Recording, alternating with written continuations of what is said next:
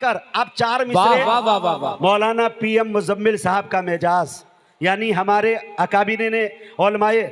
आइए मेरे दोस्तों, चार मिसरे और सुन लीजिए हजरत का मेजाज, बल्कि अकाबिर ने उलमाए देवबंद का मेजाज। चार मिसरे में नजर आ जाए, पूरा मजमा मिलके बता देना मुझे कि मुजाहिद हसनैन हबीबी तुम सच कह रहे हो।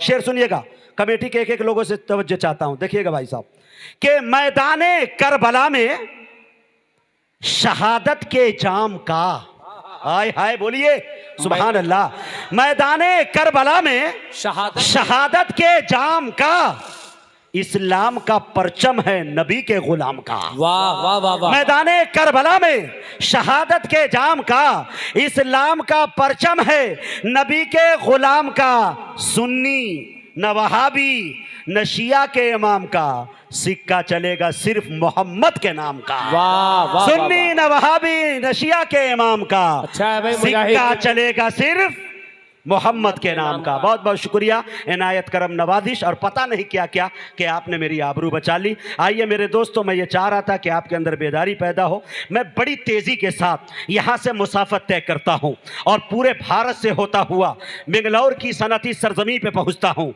वहाँ जाकर दरियाए सुखन में गोता लगाता हूँ। गोता लगाते ही एक सदफ निकालता हूँ। सदफ का जब मुँह खोलता हूँ तो उसमें एक प्यारे खतीब का नाम निकलता है, जिसे दुनिया मेरे दोस्तों खतीब दीशान, दी सलाहियत, हर दिल अजीज, करोड़ों के मजमा में संजीदगी बख्शने वाला अदीब, ऐवाने बातिल में जलजला बर्पा करने वाला अमीर, शहनशाह फिक्र तदब्बर, आबरूए सुन्नियत, फल के खिताबत के नैयर ताबा, जामा माकुलात व मनकुलात, हजरत अल्लामा मौलाना PM मुजम्मिल साहब दामत बरकातुहुमुल आलिया पर जाकर रुक जाती है। मैं हजरत से गुजारिश कर रहा हूँ कि हजरत तशरीफ लाए और अपनी ईमानी इरफानी हक्कानी तकरीर से खाबिदा कौम को बेदार करे। इस शेर के साथ हजरत का इस्तकबाल है कि दिलों में जुस्तजू बढ़ती है और तनवीर होती है। बोलिए सुभान अल्लाह। सुभान अल्लाह। दिलों में जुस्तजू बढ़ती है और तनवीर होती है, सभी मुर्दा दिलों में जिंदगी तहरीर होती है। दलाइल जब ये देते हैं तो अक्ल तंग रहती है। हमारे शेख की कुछ इस तरह तकरीर होती है। हेलो, जितने भी मीडिया वाले हैं तमाम का हम शुक्रिया अदा करते हैं। इसलिए जितना शौक़ यहाँ दिखाएंगे दीन की बात सुनने का, आसमान से अमल की तौफीक मिलेगी। बोलो सुभान अल्लाह, बोलो सुभान अल्लाह। भी अदब से बोलना, मजाक बनाना नहीं। सुभान अल्लाह को, सुभान अल्लाह को अगर मजाक बनाएंगे गुनाह नहीं होगा, कुफ्र होगा।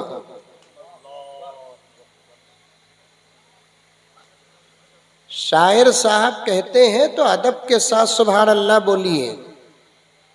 मजाक बनाकर छेड़ कर खुदा का नाम लोगे तो ईमान जो ज़रा बराबर हमारे पास है वो भी ख़त्म हो जाएगा। अमल करेंगे इंशाअल्लाह। अब मैं शुरू करूं, बयान शुरू करूं, पूरी तवज्जो से सुने। अल्हम्दुलिल्लाह अल्हम्दुलिल्लाहि रब्बिल आलमीन वस्सलातु वस्सलामु अला सय्यिदिल अंबियाइ वल मुरसलीन मुहम्मदिन व अला आलिहि व अस्हाबिहि अजमाइन। अम्मा बादु फ़अऊज़ु बिल्लाहि मिनश शैतानिर रजीम। बिस्मिल्लाहिर रहमानिर रहीम। या अय्युहल्लज़ीना आमनु दुख़ुलू फ़िस्सिल्मि काफ़्फ़ा वला तत्तबिउ खुतुवातिश शैतान इन्नहु लकुम अदुव्वुम मुबीन। वक़ाल तआला फ़ी मक़ामिन आख़र मन अमिल सालिहन मिन ज़करिन औ उन्सा वहुव मुअमिनुन फलनुह्यियन्नहु हयातन तय्यिबा वलनजज़ियन्नहुम अजरहुम बिअहसनि मा कानू यअमलून। सदक़ल्लाहु मौलानल अज़ीम। अल्लाहुम्मा सल्लि अला सय्यिदिना नबिय्यिना मौलाना मुहम्मद व अला आलि सय्यिदिना नबिय्यिना मौलाना मुहम्मद व बारिक व सल्लिम। मुअज़्ज़ज़ सामीन किराम, पूरी मोहब्बत के साथ, शौक़ के साथ, उल्फत के साथ, प्यार के साथ, अदब के साथ, एहतराम के साथ, इखलास के साथ, दिल की गहराई से एक मर्तबा दरूद शरीफ पढ़ लें।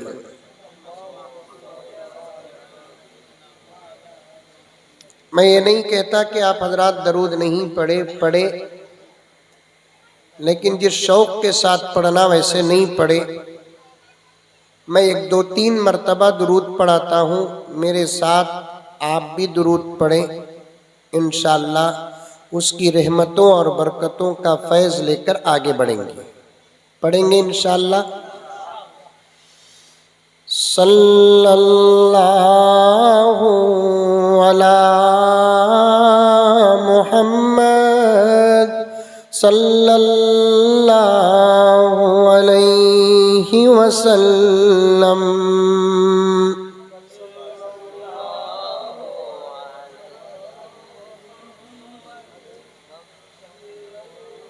खाना नहीं खाए? अरे खाना खाए नहीं खाए? अरे बोलो ना, कुछ तो बोलो। खाए? आज दावत का इंतजाम भी था माशाअल्लाह, उसमें गोश्त था। हाँ, गोश्त खाकर मुसलमान की आवाज ऐसी है। पूरे दम के साथ पढ़ो, सल्लल्लाहु अला मुहम्मद सल्लल्लाहु अलैहि वसल्लम।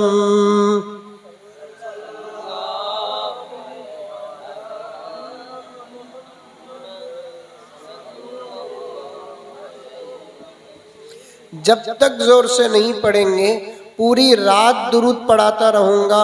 मौलाना सालिम का वक़्त भी मैं ले लूँगा, चाहे मेरी फ्लाइट छूट जाए कोई बात नहीं। आज देखेंगे कि क्या गांव का नाम है ये? धनसरपुर। इसके लिए तो 2 दिन लगाना पड़ेगा सीखने के लिए। धनसरपुर के मुसलमानों के अंदर कितनी हिम्मत, ताकत, जुर्रत, शुजाअत, आवाज है, आज मैं ये देखना चाहता हूँ। पहले दुरूद जब तक आप शौक से बआवाज़े बुलंद नहीं पढ़ेंगे, दुरूद ही पढ़ाता रहूँगा। ना नुकसान मेरा है ना नुकसान आपका है। क्या दिल साहब बात सही है गलत है? आप मत डरिए, इंशाल्लाह आपके लिए वक़्त निकाल लूँगा।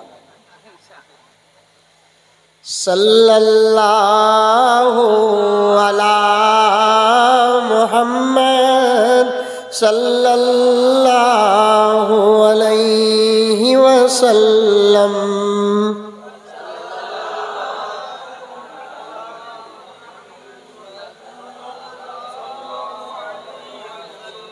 अब हल्का हल्का पावर पैदा हो रहा है।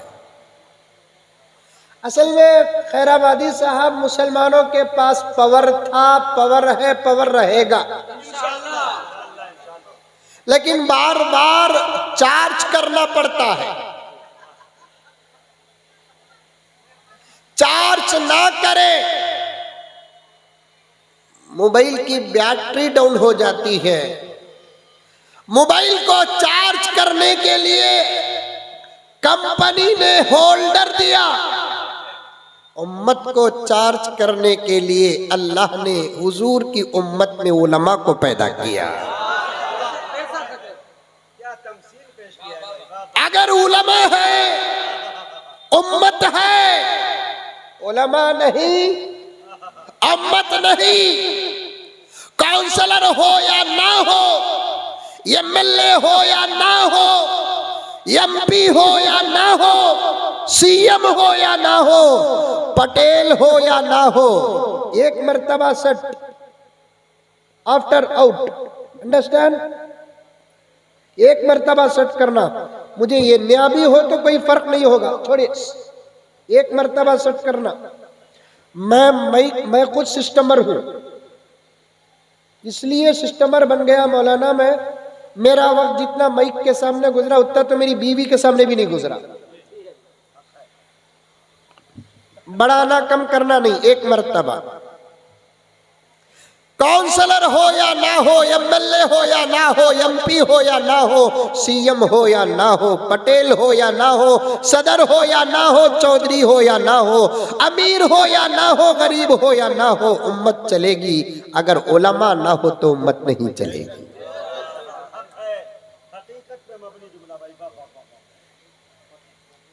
तुम जब भी डाउन होगे, तुमको चार्ज करने के लिए उलमा की जरूरत पड़ेगी। मैं जमता जमाता बयान करने का मौका लेकर बैठा नहीं, आकर माहौल को देखा तो मजमून पूरा उड़कर चला गया। मुझे जो खामियां नजर आई वो आपके सामने पेश करूंगा। यही आज मेरा मौजू होगा, यही मेरा उन्वान होगा।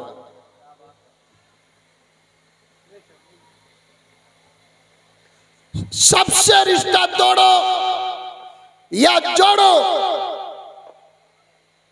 आप बाकी रहेंगे। अगर आपका रिश्ता उलमा से टूटेगा, आप कभी बाकी नहीं रहेंगे। बताओ कि आज से कौन कौन अपना रिश्ता उलमा से मजबूत करेंगे? हाथ उठाओ। अच्छा, उलमा से रिश्ता मजबूत करने का मतलब क्या? बच्चा पैदा हुआ तो नाम रखते हैं बस। अब वो नाम भी रखने के लिए उलमा को फोन नहीं करते लोग।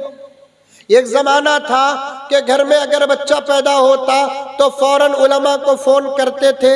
कुछ तो इतने अच्छे भी थे, अभी बच्चा पैदा नहीं होता उलमा को फोन करके नाम लेकर रख लेते थे।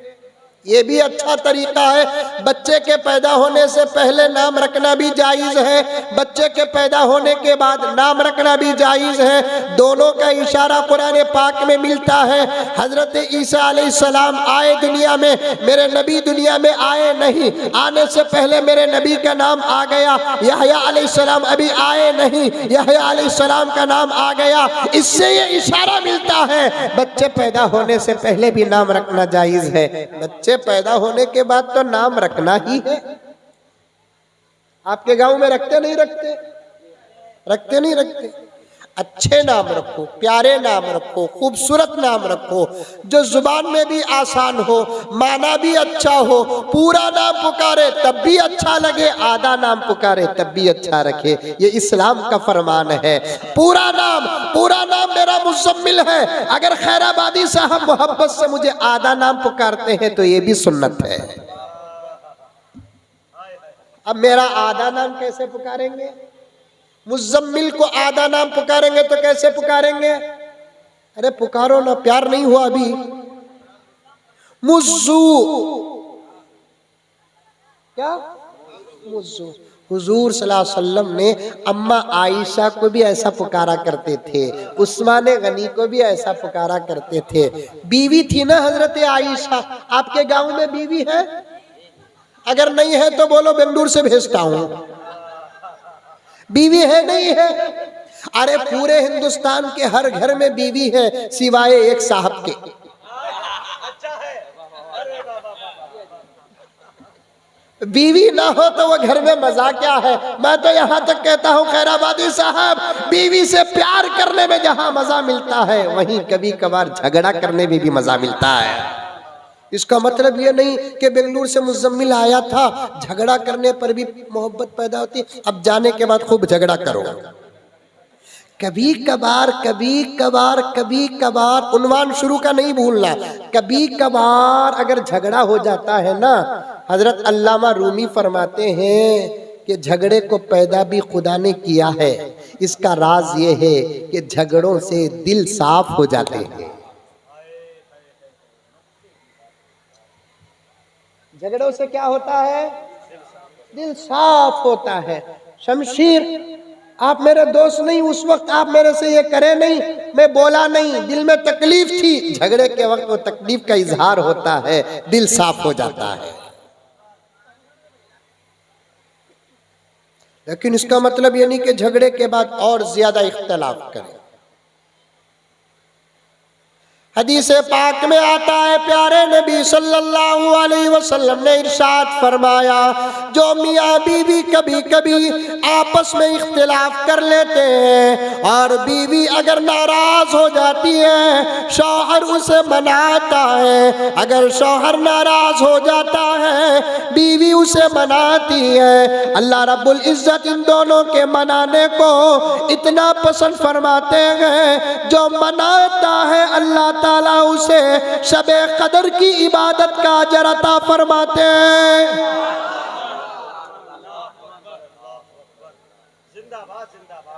समझ में आ रही है यारो? बात समझ में आ रही है? जरा मेरी आवाज भी पस्त है, लेकिन मुझे इन शायरों की तरह परेशानी नहीं है, क्योंकि मुझे कोई अशार पढ़ना नहीं है। रमजान के बाद खाने खिलाने का नतीजा तो आवाज पर उतरता ही है, तो इसलिए कुछ आवाज में फर्क है। बात समझ में आ रही है? मेरी बात समझ में आ रही है? खुदा करे मैं जुबान से नहीं दिल से कह रहा हूँ। 2-2.5 किलोमीटर का सफर तय करके आया हूँ। कुछ सिखाने के लिए आया हूँ, कुछ सीखने के लिए आया हूँ, कुछ देने के लिए आया हूँ, कुछ दिलाने के लिए आया हूँ। खुदा आपको भी कबूल करे, खुदा मुझे भी कबूल करे। मेरे दोस्तों, जब तक हम नहीं बदलेंगे, हालात नहीं बदलेंगे। प्यारे आका सल्लल्लाहु अलैहि वसल्लम ने इरशाद फरमाया, हदीस ज़ईफ है, ज़ईफ है, ज़ईफ है, लेकिन फज़ाइल के बाब में काबिल कबूल है। मदरसे में पढ़ने पढ़ाने का माहौल रखता हूँ, सिर्फ बयान का माहौल नहीं रखता। इसीलिए वसीक़े के साथ कह रहा हूँ, अगर बीवी नाराज हो जाए, शौहर मनाता है, शौहर नाराज हो जाए, बीवी मनाती है। मनाने वालों से खुदा राजी हो जाते हैं। दोस्तों, हमारी जिंदगी में हमारा मकसद ही ये है कि हमसे हमारा अल्लाह राजी हो जाए, हमसे हमारा खालिक राजी हो जाए, हमसे वो राजी हो जाए जो पैदा होने के बाद नहीं, बल्कि पैदा होने से पहले हमको हमारी माँ के पेट में जो रोजी पहुंचाया है, वो हमसे राजी हो जाए। हमसे ये कायनात का खालिक राजी हो जाए, हमसे वो राजी हो जाए जो आज तक प्यासा नहीं रखा, हमसे वो राजी हो जाए जो आज तक भूखा नहीं रखा, हमसे वो राजी हो जाए जो आज तक नंगा नहीं रखा, हमसे वो राजी हो जाए जिसके सदक़े में ये कायनात बनी, उसका नाम है मोहम्मदुर रसूलुल्लाह। उसे राजी करना सीखो दोस्तों। अगर ये दो जात राजी हो जाए, दुनिया नाराज हो जाए, ना तुम्हारा कुछ बिगड़ेगा ना मेरा कुछ बिगड़ेगा। अगर ये दो नाराज हो जाए, सारी दुनिया राजी हो जाए, मैं भी बर्बाद हो गया, आप भी बर्बाद हो गए। आई यारो, समझ में बात आई? अरे सामने बैठे हुए बच्चे, समझ में आई? किसे राजी करना है? किसे? अल्लाह को राजी। कौन ताली मार रहा है? ताली नहीं मारना, ताली नहीं मारना। ताली आ गई तो बता देता हूँ, ताली आ गई तो बता देता हूँ। मैं वही बताया कि एक मजमून लेकर नहीं बैठा हूँ मैं, मेरा काम है इस्लाह करना। इस वक्त हुजूर पाक सल्लल्लाहु अलैहि वसल्लम नमाज पढ़ा रहे थे। कह दो सल्लल्लाहु अलैहि वसल्लम। हुजूर पाक सल्लल्लाहु अलैहि वसल्लम क्या कर रहे थे? नमाज पढ़ा रहे थे। इमाम नहीं थे, पैगंबर। क्या नहीं थे? जोर से बोलो, क्या नहीं थे? इमाम नहीं थे, बल्कि इमामों के इमाम थे। इमाम नहीं थे आका, इमामों के इमाम ही नहीं, इमामुल अंबिया थे। इसीलिए सहाबा का मकाम बहुत बड़ा है। सहाबा उसके पीछे नमाज पढ़े हैं जिसके पीछे अंबिया ने नमाज पढ़ी है। सहाबा मालूम, सहाबा मालूम।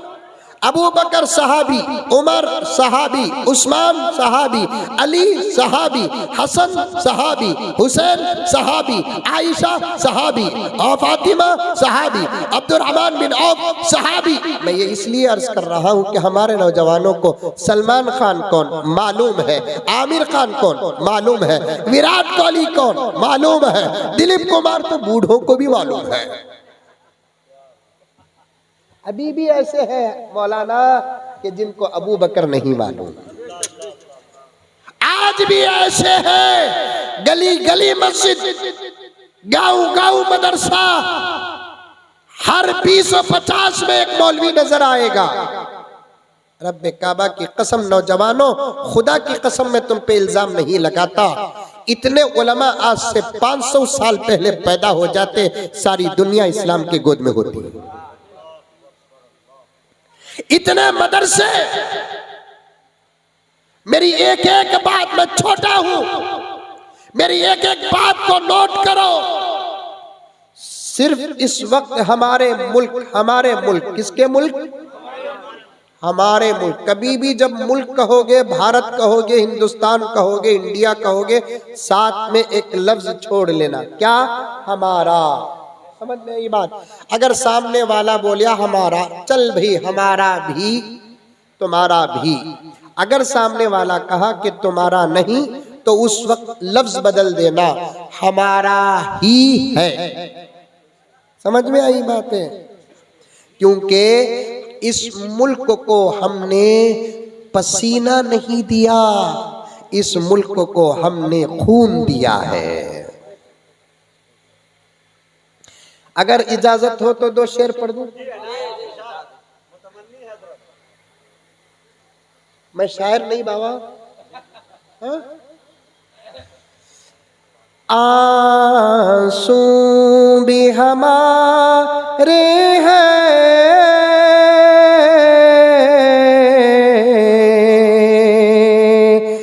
दामन भी हमारा है,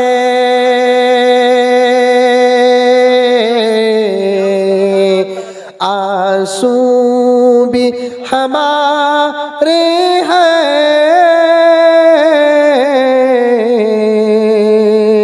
दामन भी हमारा है। हमने ही लहू देकर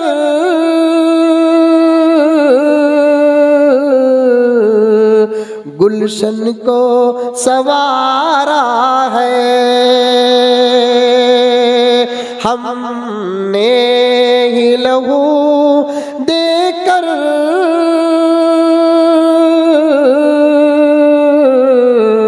गुलशन को सवारा है। ऐ हिंदी मुसलमानों,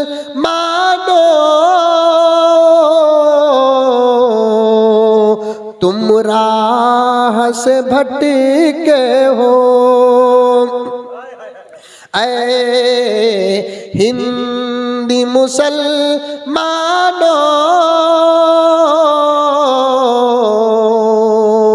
तुम राह से भटके हो,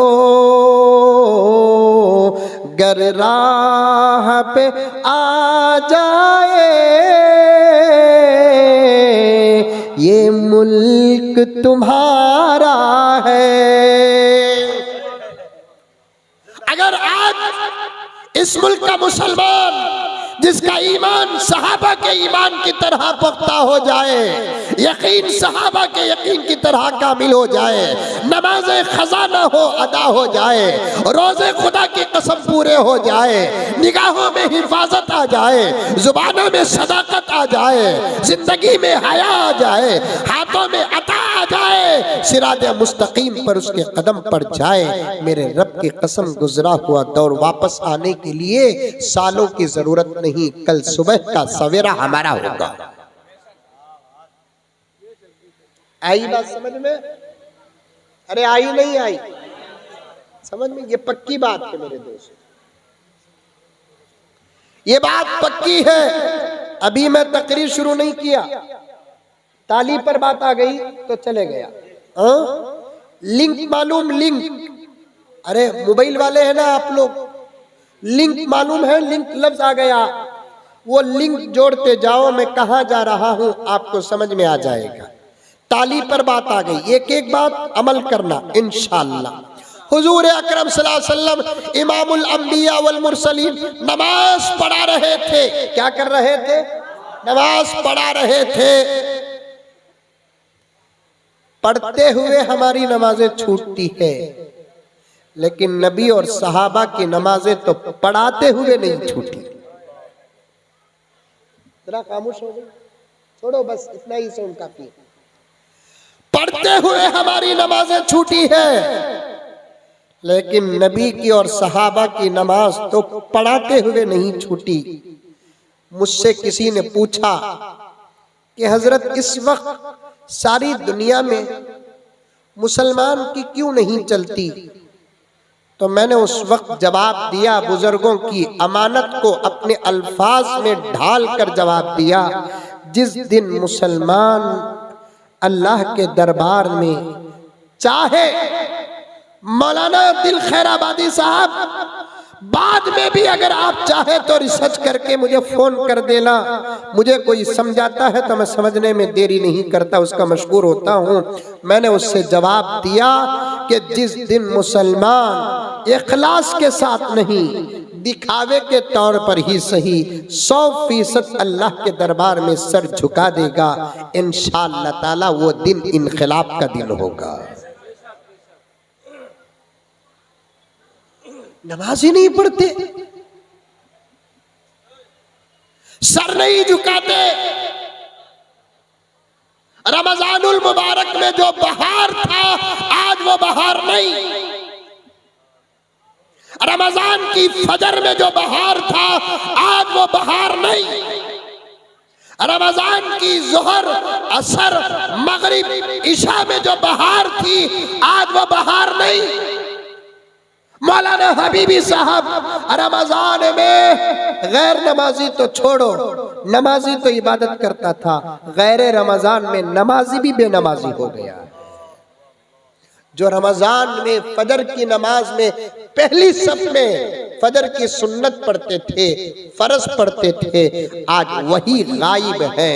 याद रखो, याद रखो, ईमान के बाद नमाज का दर्जा है। कामयाबी ईमान और नमाज से होगी, ये मैं नहीं, मेरा और आपका रब कहता है, क़द अफ़लहल मुमिनून अल्लज़ीना हुम फ़ी सलातिहिम ख़ाशिऊन।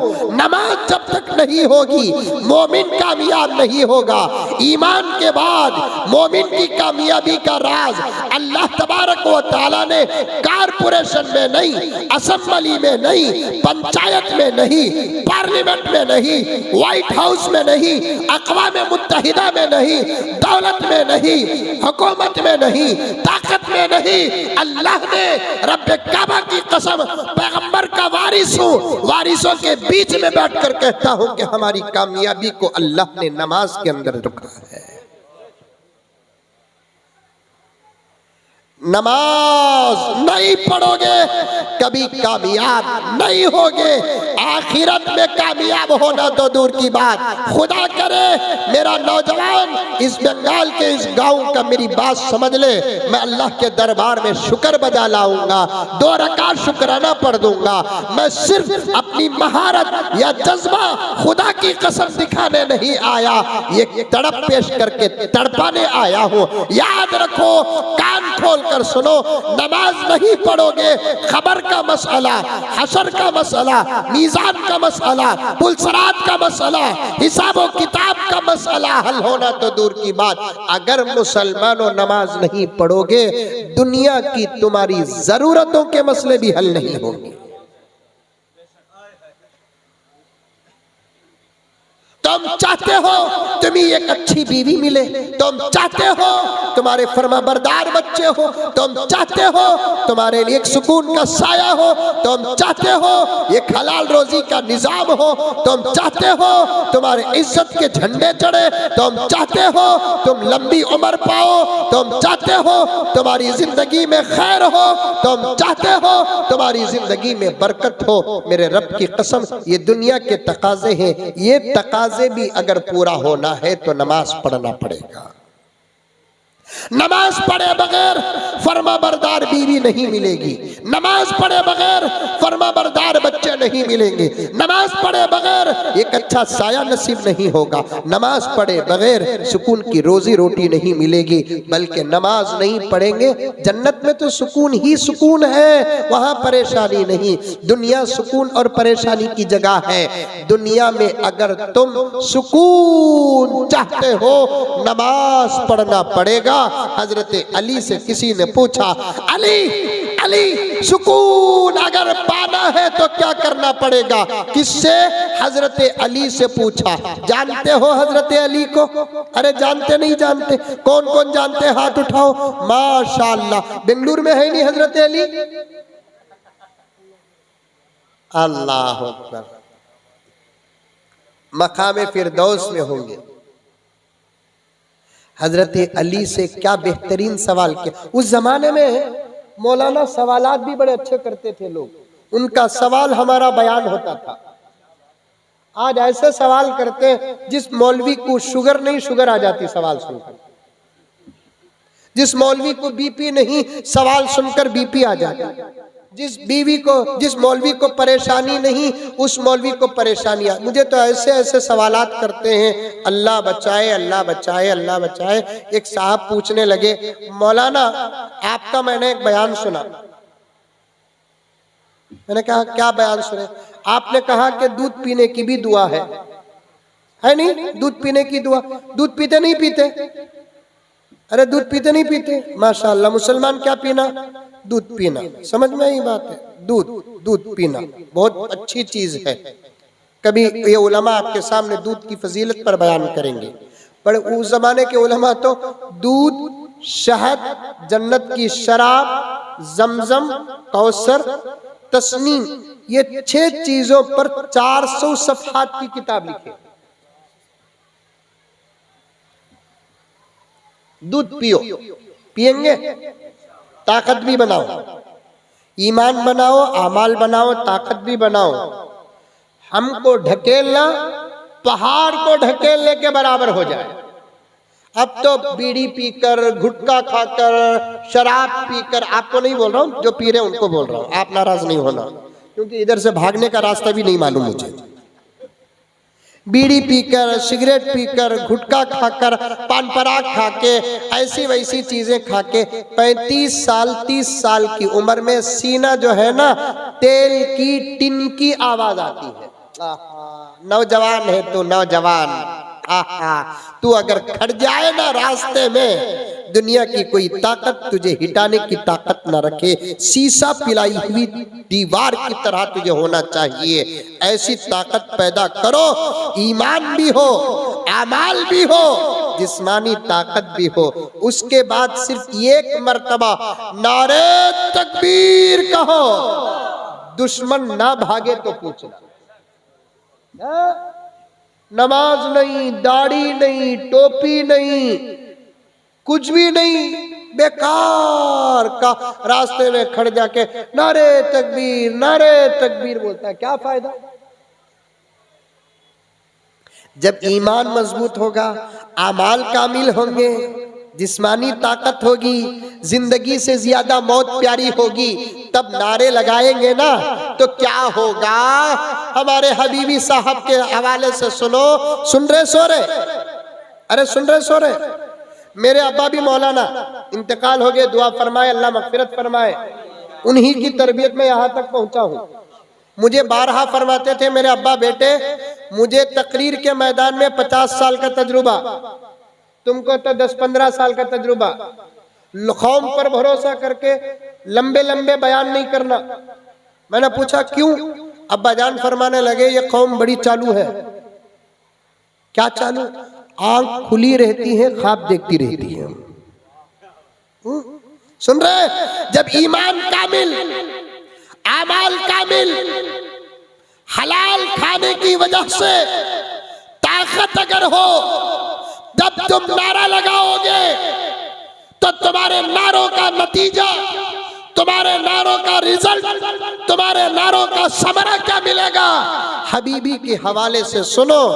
पत्थर का जिगर, फौलाद का दिल, पारा पारा होता है जब नाम खुदा का लेता हूँ, मैदान हमारा होता है। ऐसा होना। नमाज पढ़ो, नमाज पढ़ो। पर्दे में बैठी हुई आपाएं भी है आपाएं? समझती क्या वो उर्दू समझती? अच्छा अच्छा अच्छा अच्छा। आपा तू सुन न सुन अपनी जगह पर, ऐसी मजलिसों में एक आधा घंटा तो खामोश बैठ गई ना, मैं समझूंगा तेरे सदक़े में मेरी नजात हो गई।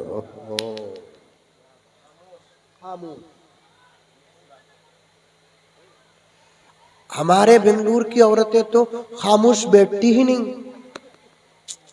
आप बड़े खुशनसीब हैं कि आपके घर की औरतें खामोश रहती होंगी। हंसे तो मालूम हो रहा है आपके घर में भी तूफान है। नहीं शमशेर भाई, आप मेरी माँ, मेरी बहन, तेरा एक भाई बेंगलोर से जज्बा लेकर आया है। अगर तू समझ जाए ना, उलमा के बयानात से उम्मत वो नहीं सुधरेगी, तेरी तरबियत से वो सुधर जाएगी।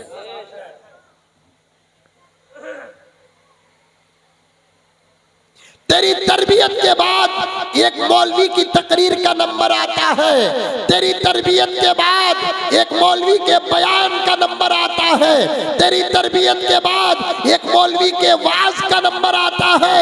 खुदा ने मौलवी की तकरीर में, मौलवी के बयान में, मौलवी के वाज में रब्बे काबा की कसम जो पावर रखा है, उससे 70 गुना ज्यादा पावर तेरी तरबियत में रखा है, तेरे पेट में रखा है, तेरे गोद में रखा है, तेरी आगोश में रखा है। मैं कान पकड़ रहा हूं, तू पर्दे में बैठी है, मुझे देख नहीं सकती और देख भी नहीं पा रही है, फिर भी कान खोल के सुन ले। अगर तू इस वक्त की आयशा होती, इस वक्त की फातिमा होती, इस वक्त की राबिया होती, सारी दुनिया की बात अपनी जगह पर छोड़, हमारे मुल्क में मुसलमानों का यह हाल न होता।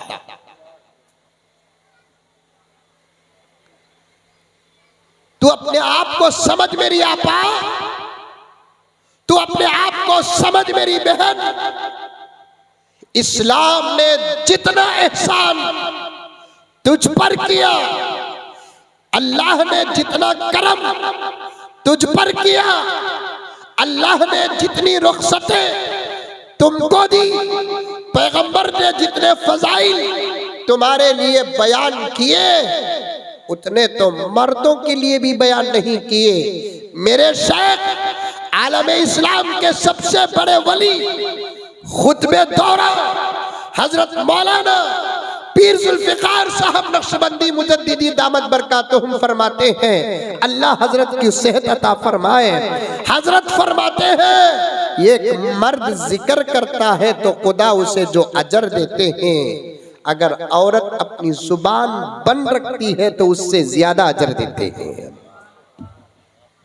जरा और एक मर्तबा सुभान अल्लाह जोर से बोल दो। माशाअल्लाह, सुन रही है आपा, हमारे खिलाफ बोले तो सुभान अल्लाह बोले। हाँ, अब घर को गए जाएंगे ना, तब पता चलेगा कि बेलन उठेगा कि चमचा उठेगा।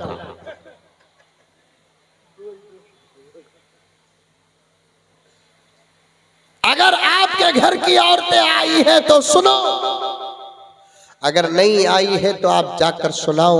मेरी माए, मेरे पास वक्त नहीं, अनवान बहुत बड़ा है, मैं तफसील पे जाना नहीं चाहता, लेकिन गुजारिश है तू नेक बन जा मेरी आपा, तू अच्छी बन जा मेरी आपा, तू अल्लाह रसूल की हो जा मेरी आपा, नमाज की तू पाबंद बन जा, तेरे अंदर पर्दा आ जाए। लेकिन मैं देख रहा हूं मेरे दोस्त शमशीर के घर से निकलकर मैं जलसे के स्टेज को आया, यहां तक मैंने एक औरत को भी बुर्के की हालत में नहीं देखा। मैं जहां बिहार जाता हूं, बंगाल जाता हूं, कहीं ना कहीं मैं उन्वान को खींच कर लेकर आ जाता हूं। ऐ मेरे भाइयों, मैं पहले तुमसे पूछना चाहता हूं, क्या बात है तुम्हारे घर की अम्मा बुर्का और चादर क्यों नहीं डालती? क्या बात है तुम्हारी बीवियों को बुर्का तुमने क्यों नहीं दिलाया? क्या बात है तुम्हारी बच्चियां बुर्का क्यों नहीं पहनती? क्या बात है तुम्हारी बहनें पर्दे के माहौल में क्यों नहीं है? आप आप मुझे ये ना कहो, मेरे गिरेबान की पट्टी ना पकड़ो, मौलाना तुम शमशीर के घर से निकलकर आते हुए तुमने हमारे घर की औरतों को क्यों देखा? मैंने माहौल देखने के लिए देखा, नजर मेरी ऐसे ही पड़ गई। बात पहले भी मेरे पास आई है, आखिर मेरी इस रियासत की माएं और बहनें बुर्खा क्यों नहीं पहनती? अल्लाह ने एक्स्ट्रा लिबास तुमको अता किया है, एक्स्ट्रा तोहफा तुमको अता किया है। ऐ मुसलमानों, मेरी बात को जाकर किसी भी मौलवी से पूछ लेना, थोड़ी देर के बाद मुल्क का एक बहुत बड़ा आलिम तुम्हारे सामने आने वाला है, अब्दुल्ला सालिम चक्रवर्ती। उससे भी तुम पूछ लेना कि बेंगलोर का ये दुबला पतला क्या बात सही कहा है कि गलत कहा है। कान खोल कर सुन लो, जिस औरत के पास पर्दा नहीं वो काबतुल्लाह के सामने भी नमाज पढ़ेगी, खुदा उसकी नमाज को कबूल नहीं करेगा। और कान खोल कर सुनो, अगर तुम्हारे घर की औरतें चाहे माँ के रूप में हो, चाहे बीवी के रूप में हो, चाहे बेटी के रूप में हो, चाहे बहन के रूप में हो, कान खोल के सुनना, दिल की तख्ती में बिठा लेना, दिमाग में बिठा लेना, कल क़यामत में उसके बुर्के का सवाल तुमसे भी होगा, उसकी चादर का सवाल तुमसे भी होगा, उसकी हया का सवाल तुमसे भी होगा। माना कि तुम नमाजी हो, माना कि तुम हाजी हो, माना कि तुम पटेल हो, माना कि तुम चौधरी हो, माना कि तुम सदर हो, माना कि तुम्हारे चेहरे पे आधे आधे मीटर की दाढ़ियां हो, माना कि तुम्हारे सरों में टोपियां वो इमामा हो, माना कि तुम दावत व तबलीग में बहुत ज्यादा वक्त लगाते हो, माना कि तुम औलियाउल्लाह से बेहद मोहब्बत करते हो, माना कि तुम सही हदीस और बुखारी के गुण गाते हो। इख्तलाफ का मौका नहीं है, क्योंकि पर्दा इख्तलाफ का मसला नहीं है। कान खोल कर सुनो, अगर तुम्हारे पास ये तमाम इबादतें हो और तुम्हारे घर की औरत बेपर्दा हो, तुम्हारी इबादतों को अल्लाह ताला बेकार कागज की तरह लपेट कर जहन्नम के घाट डाल देंगे और तुमसे पूछा जाएगा कि तुमने तुम्हारी माँ को बुर्का क्यों नहीं दिया, तुमने तुम्हारी बहन को बुर्का क्यों नहीं दिया, तुमने तुम्हारी बेटी को बुर्का क्यों नहीं दिया, तुमने तुम्हारी बीवी को बुर्का क्यों नहीं दिया।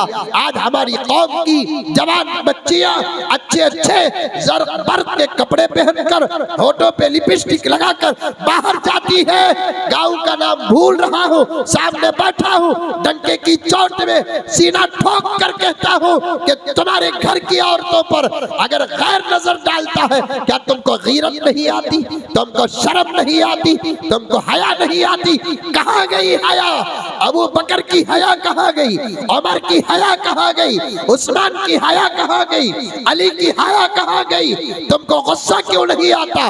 तुम्हारी दौलत पर दूसरों की नजर पड़े गुस्सा आ जाता है, तुम्हारी गाड़ी को दूसरा देखे गुस्सा आ जाता है, तुम्हारे घर को दूसरा देखे गुस्सा आ जाता है, तुम्हारे दुकान को 4-5 मर्तबा कोई देखे तुमको वहम आ जाता है, नजर लग जाएगी। लेकिन तुम्हारे घर की औरतों को मुसलमान भी देख रहा है, गैर मुस्लिम भी देख रहा है, कहा जाती है क्या इसी का नाम इस्लाम है? क्या इसी का नाम ईमान है? क्या यही है कुरान रखने वाले? क्या यही है कुरान पढ़ने वाले? क्या यही है अल्लाह को मानने वाले? क्या यही है मोहम्मद रसूलुल्लाह को मानने वाले? क्या यही वो मुसलमान है?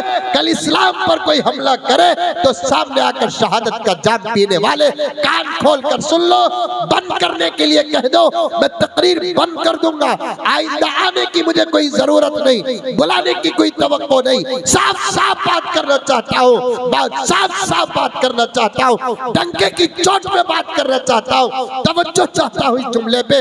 वो क्या खाक मुसलमान होगा जो इस्लाम की हिफाजत करेगा, मस्जिदों की हिफाजत करेगा, मदरसों की हिफाजत करेगा, जो अपने घर की औरतों की हया की हिफाजत न कर सका, वो मस्जिदों की क्या खाक हिफाजत करेगा? नहीं पाए। 25,000 का मोबाइल है तेरे हाथ में, तेरी माँ के जिस्म पर बाहर निकले के वक्त एक 1,500 रुपए का बुर्खा नहीं।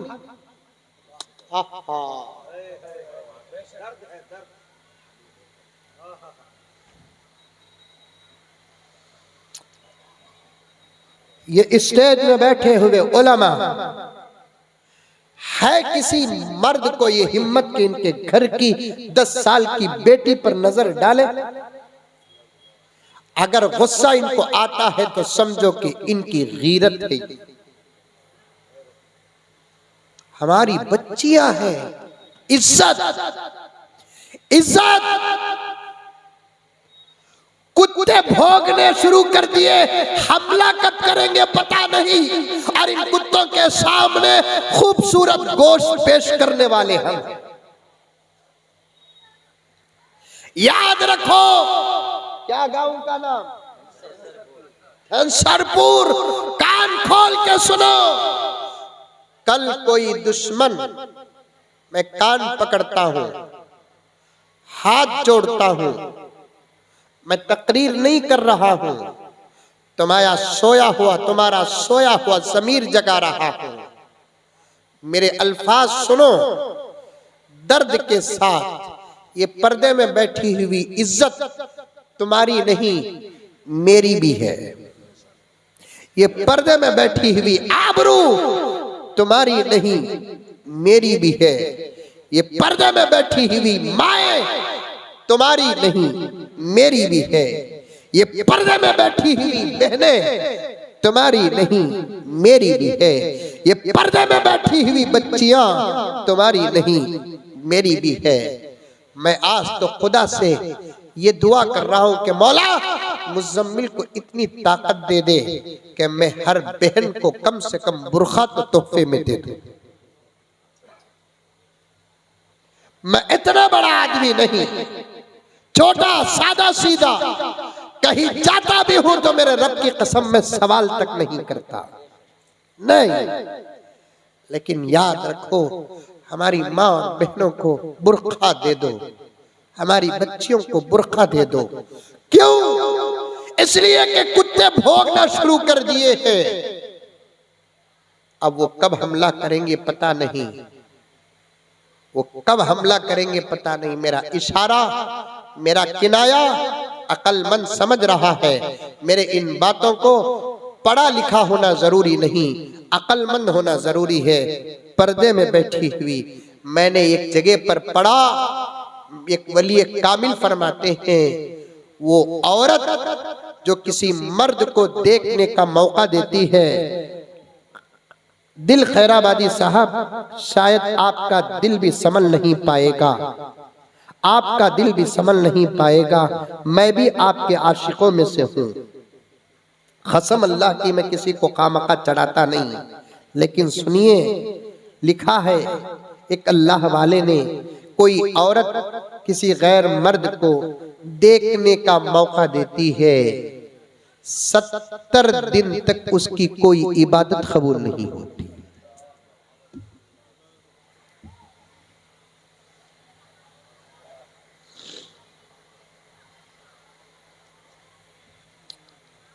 हाय, हमारी गीरत मर गई, हमारा शर्म। वक्त आ गया, कल सुबह ही अगर पैसे न हो, खर्च लेकर बुरखे दिलाओ, तुम्हारे खर्च का खुदा जिम्मेदार होगा। मोबाइल बेच कर बुरखे दिलाओ, तुम्हारे खर्च का खुदा जिम्मेदार होगा। पर्दे में मेरी आपा, मेरी बहन, मेरी बच्चियां, तुमने तुम्हारे ऊपर बाहर निकलते वक्त काले बुरखे की अहमियत को नहीं समझा।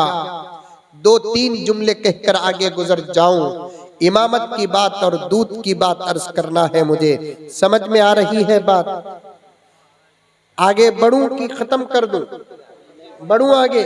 शौक के साथ सुनेंगे तो तब मजा आएगा, नहीं तो मजा नहीं आएगा। समझ में आई बात है? सुनो शौक से, दर्द से कह रहा हूं, तकरीर नहीं बात कर रहा हूं। तुम भी समझो, उनको भी समझाओ।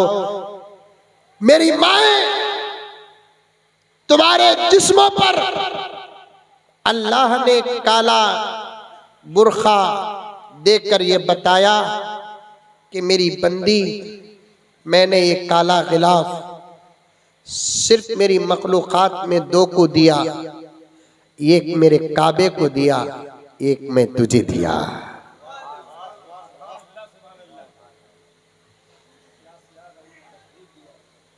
एक मैंने मेरे काबे को दिया और एक तेरी हया को दिया। फिर नतीजा निकालो, काबे के खिलाफ की जो अजमत है, मेरी आपा तेरे बुरखे की भी वही अजमत है।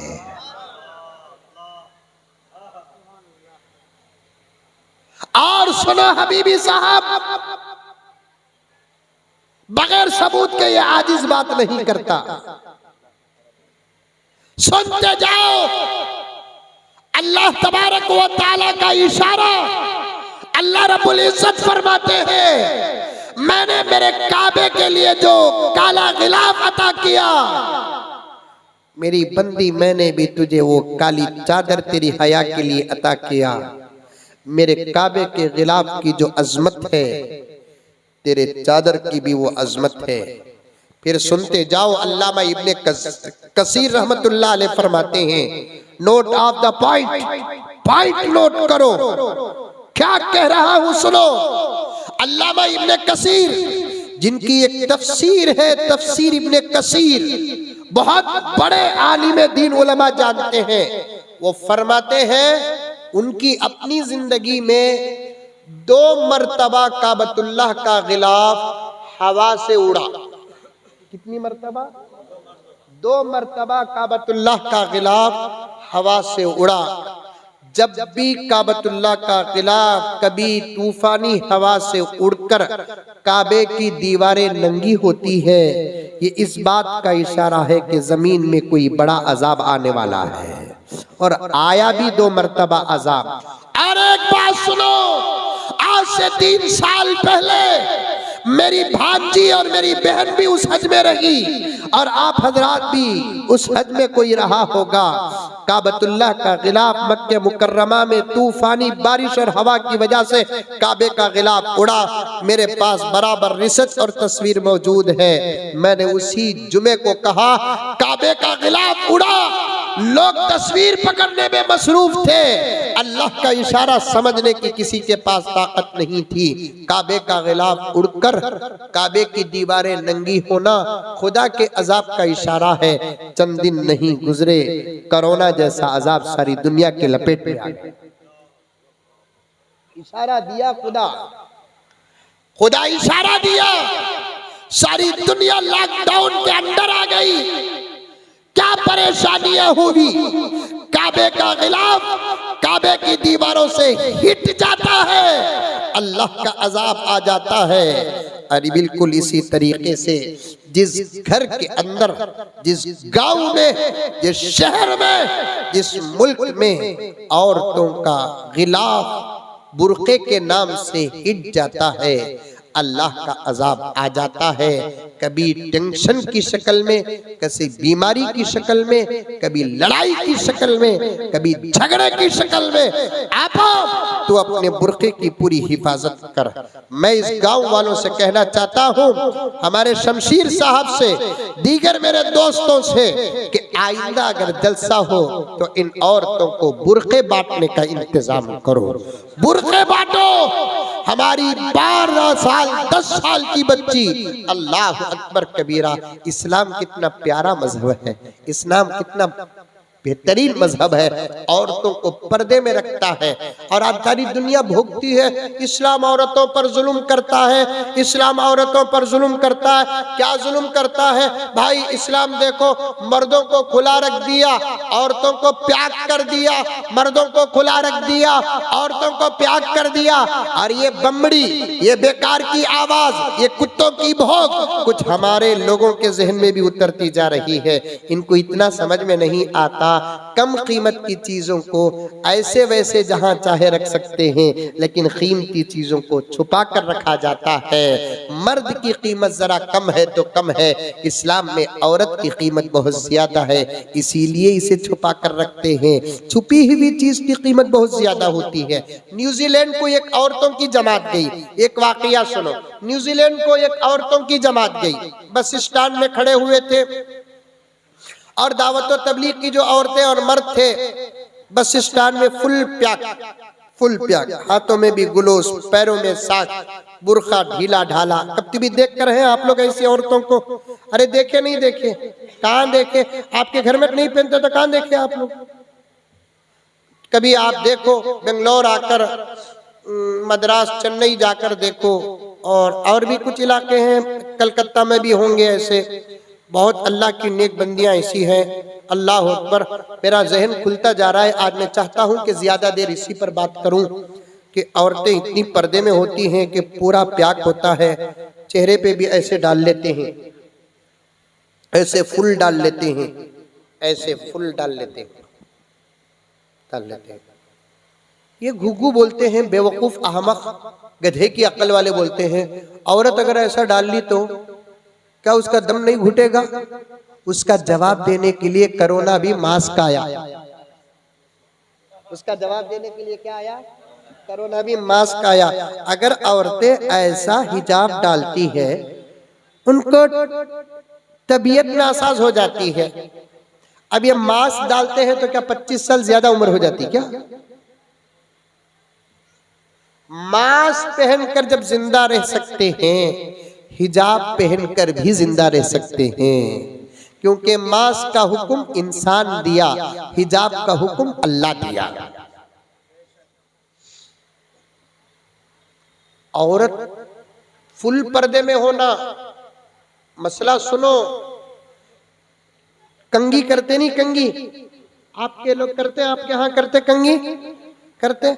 औरतें कम करते हैं, लेकिन लड़के लोग ज्यादा करते, क्योंकि लड़के लोगों के बाल जो है ना औरतों से भी ज्यादा हो गए। अजीब अजीब बाल रखते हैं। आप बेजार नहीं हो ना, बात आ गई तो अर्ज कर रहा हूं। अगर मैं लड़की होता तो ये सूरत को कभी शादी ना करता। क्या ऐसे भी बाल रखते हैं? ये पूरी कटिंग, इधर बाल घड़े हुए, ऐसे मालूम होता है कि कहीं सैलाब आया, हुकूमत मुंह फेर ली, चंद दिनों के बाद बेकार की घास उठी हुई है। सूरत भी बनाओ। इस्लाम चाहता है कि इंसान पहले से खूबसूरत है और भी जरा खूबसूरती इख्तियार करे। आका ने कंघी करने का हुक्म दिया, चेहरा बार बार धोने का हुक्म दिया, सुरमा लगाने का हुक्म दिया। ये सब हुक्म क्यों दे रहे अल्लाह के रसूल? ताकि हम लोग खूबसूरत दिख आए। सारी दुनिया में किसी कौम के मर्द सुरमा नहीं लगाते, मोहम्मद के गुलाम लगाते हैं। एक फोटो निकाल लो सुरमे के बगैर, एक फोटो निकालो सुरमे के साथ, दोनों में आप खुद देखेंगे मैं कितना खूबसूरत हूँ, माशाल्लाह कह देना। कभी बेगम के पास जाओ बगैर सुरमे के, ओ कब आए आप पूछेगी। सुरमा लगाकर बेगम के साथ सामने जाओ, आई लव यू बोलेगी। अरब की एक औरत आलिमा, अरबी में किताब है, वो मेरे पास है मौलाना, मैं बताता हूँ आपको। उसने अपने बेटे को निकाह के मौके पर एक किताब लिखकर तोहफे में दी। आजकल तोहफे में मोबाइल देते, पहले से बर्बाद है, अब और भी ज्यादा बर्बाद हो जाओ। माँ ने अपने बेटे को एक किताब लिखकर तोहफे में दी। उस किताब में दुल्हनों को नसीहत नहीं, दुल्हा को नसीहत, तुम कैसे तुम्हारी बीवी के साथ रहना, इसके तकरीबन 100 नसीहतें की है उसने। वाह वाह, अरब है, आज भी इल्म है। कितनी नसीहतें की? उसमें से 100 नसीहतें की। मैं 2-4 आपके सामने बयान कर दूं ताकि आप भी उस पर अमल कर ले और भाभी खुश हो जाए तो सवाब मुझे मिल जाए। उस माँ ने अपने बेटे से कहा कि बेटे, कभी भी तुम घर से अगर बाहर से अगर घर को आओ तो चेहरे में परेशानी नहीं, चेहरे में मुस्कुराहट रहना। हम लोग बाहर मुस्कुराहट, चेहरे में हमारे बीवी के सामने आते ही अमित शाह की सूरत हो जाती। बाहर का टेंशन बाहर, अंदर का सुकून अंदर। और एक जगह पर उस माँ ने अपने बेटे से कहा कि बेटे, जब भी तुम अपनी बीवी के करीब हो तो अपने जिस्म पे खुशबू लगाना। इन्हें बीड़ी पी के जाता है घुग्गू नहीं, बीड़ी पीकर जाओगे, बीड़ी सिगरेट पीकर जाओगे, बीवी के अंदर मोहब्बत पैदा होगी। खुशबू लगा कर जाना। फुकाहा ने लिखा है मुंह में अगर दांतों की सड़ान भी हो एक इलायची डाल लेना। फुकाहा ने लिखा है। तो आप शमशीर साहब आइंदा से आप इलायची भी तकसीम करो। अमल करो, अमल करो। छोटी छोटी बातों पर अमल करोगे, बड़ी बातों की तौफीक आसमान से मिलेगी। समझ में आई बात है? और इस पर तो जरूर अमल करेंगे दिल साहब, इलायची पर तो जरूर अमल करेंगे। समझ में आई बात है? मुसलमान के जिस्म में कभी बदबू नहीं आती, ईमान की खुशबू होती है, नबी की निस्बत की खुशबू होती है।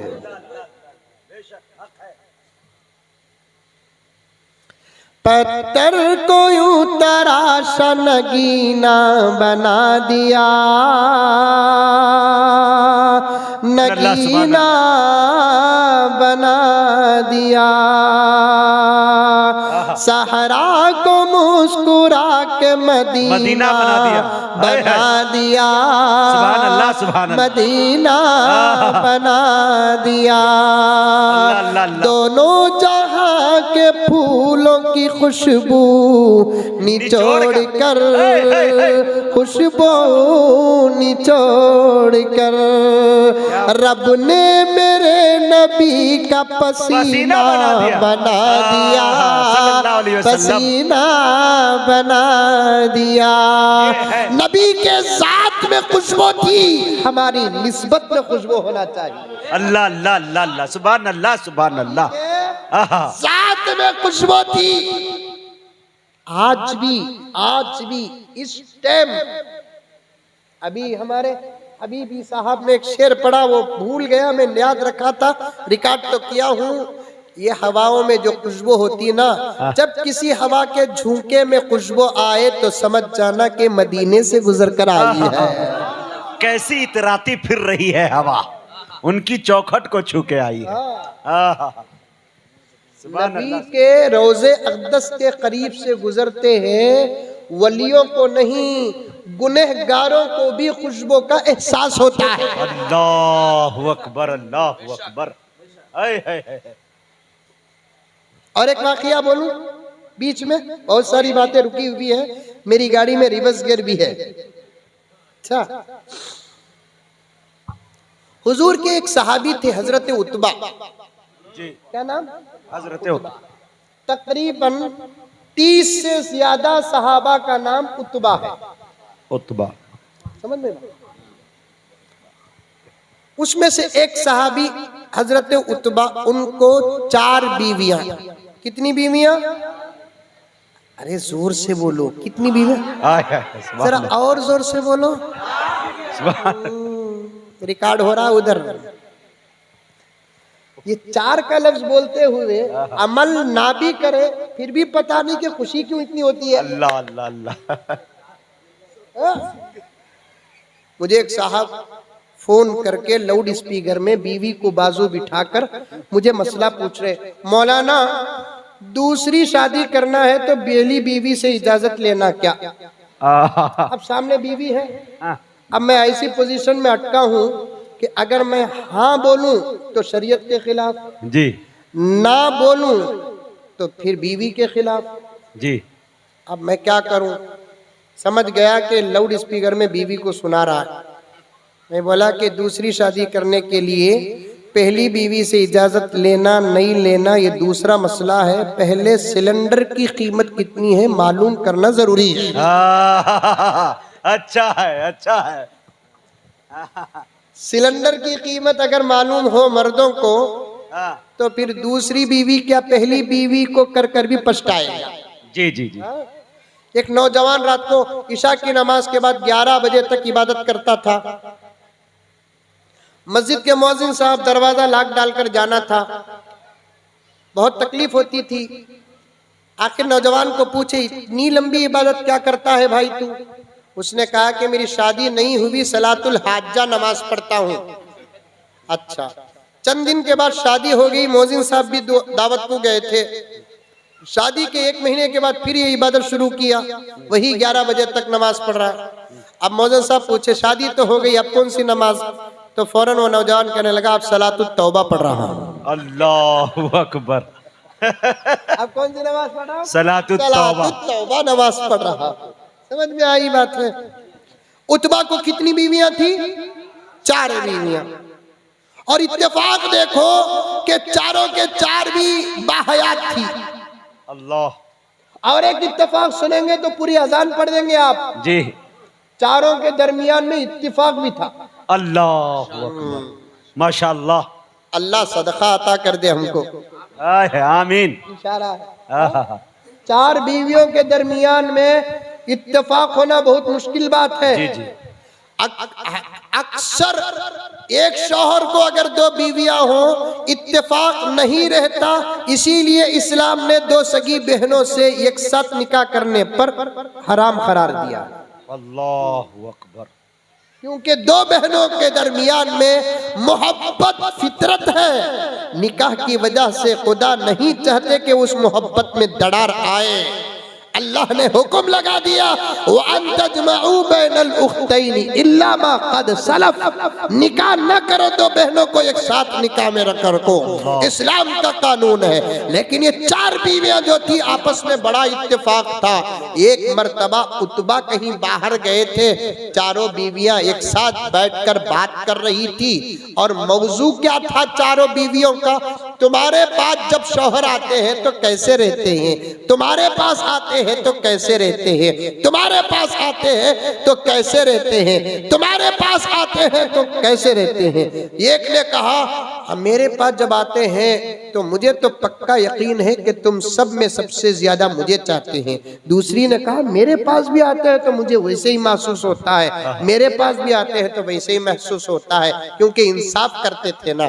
फिर एक ने कहा, पता नहीं कि जब वो आने की बारी होती हमारे पास, गौर से सुनो, जब वो आने की बारी होती हमारे पास, हम घर में अच्छा पकाकर, हम अपने आप को सवार कर मदीने के बाजार से कीमती इत्र हम लोग लगाकर तैयार रहते। लेकिन उतबा जैसे ही बाहर से जब हमारे घर आते, हमारी खुशबू फीकी पड़ जाती, उतबा की खुशबू गालिब आ जाती। अल्लाह। दूसरी ने कहा, मेरा भी वही हाल है, लेकिन आज तक हमको पता नहीं कि ये उतबा खुशबू कहां से लाते हैं और कहां से बनवाते हैं और कब लगाते हैं। हमने कभी उतबा की इत्र की शीशी घर में देखी तक नहीं है। यही गुफ्तगू चल रही थी कि उतबा आ गए। पूछा कि क्या प्लान चल रहा है हमारे बारे में। सबने कहा कि सरताज, ये अल्लाह का करम है कि आप जैसा शौहर हमको अता किया। आप ही की गुफ्तगू कर रहे थे, आप तशरीफ लाए। क्या गुफ्तगू हो रही थी? सबकी तरफ से एक ने सवाल किया, जरा ये तो बता दो कि आप कौन सा खुशबू इस्तेमाल करते हैं।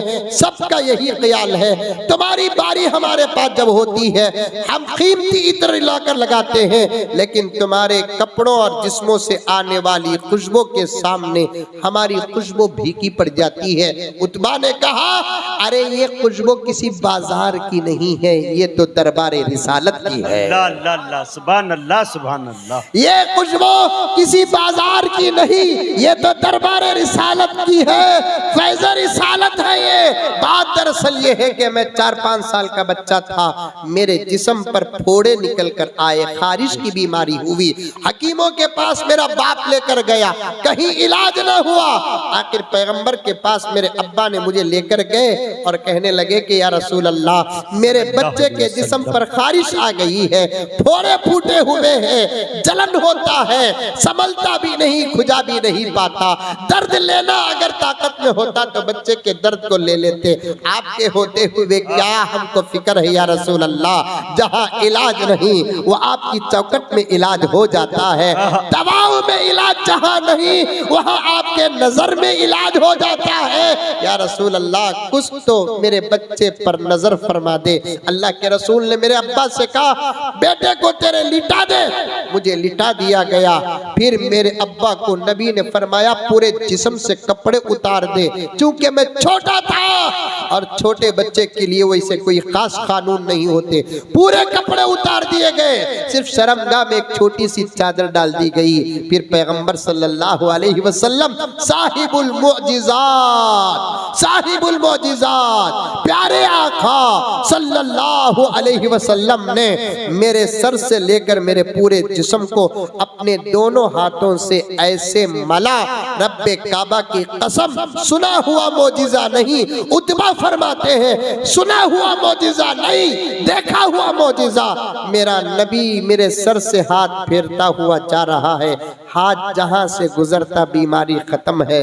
उस वक्त से लेकर आज तक मेरे जिस्मों से मेरे नबी के हाथों की खुशबू नहीं गई। अल्लाह अकबर, अल्लाह अल्लाह अल्लाह। खुशबू से मोहम्मद के गुलामों का खास ताल्लुक है, खास ताल्लुक है। बीवी के पास जाने का भी तरीका इस्लाम ने बताया है।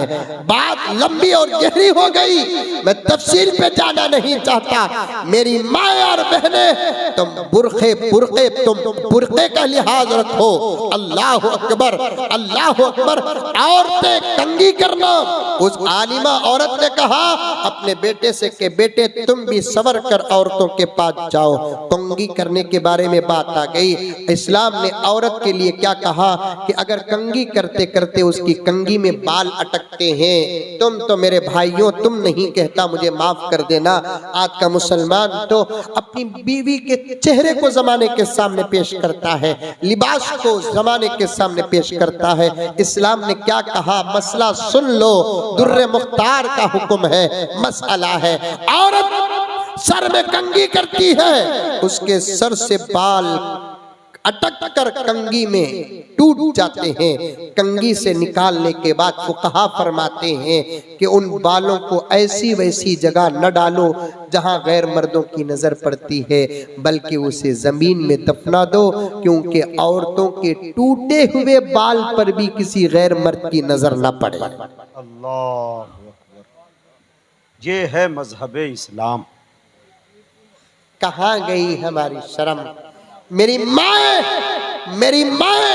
दिल चाहता है कि तेरे सामने हया का समंदर पेश करूं, शर्म की गहराइयां पेश करूं, तेरी इज्जत और आबरू की आसमानों को छूने वाली चोटियां बयान करूं। लेकिन तू समझती है, तुझे क्या मालूम, रब्बे काबा की कसम। बायजीद बुस्तामी फरमाते हैं, काबे का गिलाफ पकड़ कर दुआ करने से दुआ जहां जरूर कबूल होती है, किसी बाहया औरत का दामन पकड़ कर दुआ करने से भी खुदा दुआ कबूल फरमाता है। अल्लाह, तुमने हया को भी छोड़ा, तुमने शर्म को भी छोड़ा। आज अगर इस आजिज की बात आप में से किसी को समझ में आ गई, खुदारा बुर्का पहनो, जवान बच्चियों को बुर्का पहनाओ, तुम्हारे सर से भी पर्दा खिसता है, फरिश्ते रहमत के घर में दाखिल नहीं होते। मुत्तफक मसला, किसी का इख्तलाफ नहीं। सर से भी अगर पल्लू खिसता है, रहमत के फरिश्ते दाखिल नहीं होते। तकरीबन 15 से ज्यादा घर ऐसे हैं जहां रहमत के फरिश्ते दाखिल नहीं होते। उसमें से एक घर वो जिस घर की औरत का सर खुला हो, उस घर के अंदर रहमत के फरिश्ते दाखिल नहीं होते। तुम बुर्का पहनो मेरी माए और बहनें, नमाज पढ़ो, मसला सुनो, कि जिस औरत के अंदर हया नहीं उसकी नमाज कबूल नहीं होती। नमाज पढ़ो, नमाज न छोड़ो, आप भी नमाज पढ़ो, नमाज न छोड़ो। मैं वही अर्ज कर रहा था, रमजान में बेनमाजी तो बेनमाजी, रमजान में नमाज पढ़ने वाले भी नमाज छोड़ दिए। इसीलिए मैंने एक मैसेज पढ़ा, बड़ा प्यारा था, बड़ा प्यारा था मैसेज। उस मैसेज में लिखा हुआ था, रमजान खत्म हुआ, मुसलमान खत्म नहीं हुआ। रमजान खत्म हुआ, मुसलमान खत्म नहीं हुआ। बीच में आ गई बात तो अर्ज कर रहा हूँ, नमाज की पाबंदी करो। कल क़यामत में खुदा ये सवाल नहीं करेंगे जलसा किया कि नहीं किया, खुदा ये सवाल करेंगे कि नमाज पढ़ा कि नहीं पढ़ा। पढ़ेंगे नमाज पाबंदी के साथ। कौन कौन पढ़ेंगे? हाथ उठाओ। ये सच्चे हाथ उठाना, कांग्रेस के हाथों की जरूरत नहीं। क्या हबीबी साहब? जी जी। क्या भी करेंगे? क्या सब हाथ उठा देते हैं ऐसा जी। लेकिन हाथ उठाने वालों में से 99% फजर की नमाज में जमा मुजक्कर गायब। नमाज पढ़ो, नमाज पढ़ो, नमाज पढ़ो। पता नहीं कि शमशीर आजाद और उनके दोस्तों ने किस मोहब्बत के साथ मुझे बुलाया है। दूध उबले जैसा मजमून उबल रहा है, लेकिन मेरे बाद भी कार्रवाइयां है ना, और मुझे बहुत दूर पीछे भी जाना है। छूटी हुई बातों को आपके सामने पेश करना है, दुरूद पढ़ना और पढ़ाना है आपको। वहां से यहाँ तक आ गया मैं। नमाज पढ़ो नौजवानों, नमाज पढ़ो, नमाज पढ़ो, सही पढ़ो, अच्छी पढ़ो, पूरी नमाज सीखो। पहले मोबाइल लेता है 25,000 का, जिसे मोबाइल मालूम उसके पास आकर बार बार पूछता है कैसे ऑपरेट करूं। नमाज कभी मौलाना से पूछे, मौलाना नमाज में हाथ कैसे उठाना, नमाज में हाथ कैसे बांधना, नमाज में कब क्या पढ़ना, रुकू कैसे करना, सजदा कैसे करना, कभी पूछे आप पूछते नहीं। पूछो उलमा, ऐसा आपको सिखाएंगे जैसे अपने किसी बच्चे लगते जिगर को सिखाते हैं। नमाज पढ़ो, नमाज के बगैर अब चारा नहीं है। नमाज बहुत बड़ी इबादत है। इमामुल अंबिया ताली पर बात आ गई। नमाज पढ़ा रहे थे, सहाबा नमाज पढ़ रहे थे। नबी को नमाज में कुछ भूल हो गई, पीछे से सहाबा तालियां मारने लगे। तालियां मालूम? मारे नहीं अभी? मारे नहीं, तालियां मारने लगे। पैगंबर नमाज से फारिग होने के बाद फरमाया, मर्द कभी ताली न मारे, क्योंकि औरतों को कभी किसी जरूरत पर किसी को बुलाना है तो वो ताली मार कर बुलाए, क्योंकि उसकी आवाज भी पर्दा है। लेकिन मर्द ताली न मारे, ये तो औरतों की आदत है। क्या बात है भाई, वाह। बुखारी की रिवायत है, वाह। अत-तकबीरु लिर्रिजाल वत-तस्फीकु लिन्निसा। अल्लाहु अकबर, अल्लाह अल्लाह अल्लाह। तकबीर मर्दों की शान है, तालियां मारना औरतों की आदत। अब सारी दुनिया ताली मार रही है। इसका मतलब है, इशारा भी आप दिए थे जी जी। जो सुभान अल्लाह नहीं बोलेगा वो क्या है। जैसे ही सुने तो शायद औरतें बहुत ज्यादा सुभान अल्लाह बोली है, ताकि वो बताना चाहती थी हम औरत नहीं मर्द हैं। जी, क्या बात। इस्लाम है मेरे दोस्तों। कैसे खाना, कैसे पीना, कैसे सोना, कैसे उठना, क्या खाना, क्या नहीं खाना, अल्लाह अकबर कबीरा, क्या क्या तालीमात है, क्या क्या तालीमात हैं। जो भी सवाल करेंगे इस्लाम जवाब देता है। मुझे एक साहब आकर पूछे, हजरत दूध पीने की दुआ आप बोले, पानी पीने की दुआ आप बोले, दूध पीने की दुआ मालूम है आप लोगों को? अरे मालूम है? नहीं मालूम है, मालूम बता, पूछ लीजिए। अल्लाहुम्मा बारिक लना फीही वज़िदना मिन्हु। पानी पीने की दुआ क्या? बिस्मिल्लाह। मुझे एक साहब आकर पूछे, हजरत चाय पीने की दुआ क्या? मैं परेशान हो गया। अल्लाह, हुजूर के जमाने में न चाय थी न चाय वाला था। आहा, ये अच्छा है। क्या बुजुर्ग बात। के जमाने में चाय थी, न चाय थी न चाय वाला चाय था। वाला था। अब इसे मैं जवाब दिया तो मौलवी, नहीं दिया तो मौलवी नहीं। हाँ अल्लाह ताला फौरन मेरे जहन में जवाब दिया। मैंने कहा कि भाई तू चाय को गौर से देख, चाय में दूध ज्यादा रहा तो दूध की दुआ पढ़, क्या बात है। दूध कम पानी ज्यादा है तो पानी की दुआ पढ़। क्या बात। अगर ये भी तरीका तुझे समझ में नहीं आया तो और एक तरीका देख, सास के घर में चाय पिया तो दूध की दुआ पढ़, क्योंकि दामाद है ना, दामाद, हाँ खालिश दामाद मिले, को क्या बोलते हैं? दामाद ही बोलते। दामाद जी है ना, वाह वाह, फिरौन के पोतरे। दामाद की चाय को भी गाड़ी बनाना। सास के घर में अगर दामाद की चाय अगर ज्यादा दूध वाली ना हो, जिसे हमें गाड़ी बोलते हैं, यहाँ क्या बोलते हैं? गाढ़ी। गाड़ी बोलते हैं। अरे वाह, गाड़ा बोलते हैं, गाड़ी चाय होना, उसमें अगर पानी ज्यादा दूध कम रहा तो फिर समझो बहू का जिंदा जनाजा उठता है। क्या बात। वो दामाद से ज्यादा हल्का कमीना कौन होगा जो अपने सास के घर की चाय का तस्करा अपनी माँ के घर में करता है? अल्लाह। झूठ बोलना जायज है? अरे मुंडी तू भी हलाओ बाबा, झूठ बोलना जायज है? नहीं है ना, पक्की बात। कभी मौलाना बोले कि आपको झूठ बोलो बोलकर, कभी ये मौलाना बोले क्या झूठ बोलो बोलकर, कभी ये मौलाना बोले क्या झूठ बोलो बोलकर, लेकिन आज मैं बोलता हूँ झूठ बोलो। लेकिन कहा किसी की इज्जत बचाने के लिए झूठ बोलना अल्लाह को सच बोलने से ज्यादा पसंद है। इमाम गज्जाली फरमाते हैं किसी की इज्जत बचाने के लिए झूठ बोलना, किसी की जान बचाने के लिए झूठ बोलना अल्लाह को सच बोलने से ज्यादा क्या है? पसंद है। अगर अम्मा पूछी तेरे ससुराल में चाय कैसी थी, क्या बोलना? गाढ़ा थी बोलना। क्या बोलना? गाढ़ा। वो चाय पीने के बाद पेट में दर्द हो रहा है मम्मी, क्योंकि गाढ़ा थी ना, हालांकि पतली थी। अखलाक सीखो, अच्छे बन जाओ।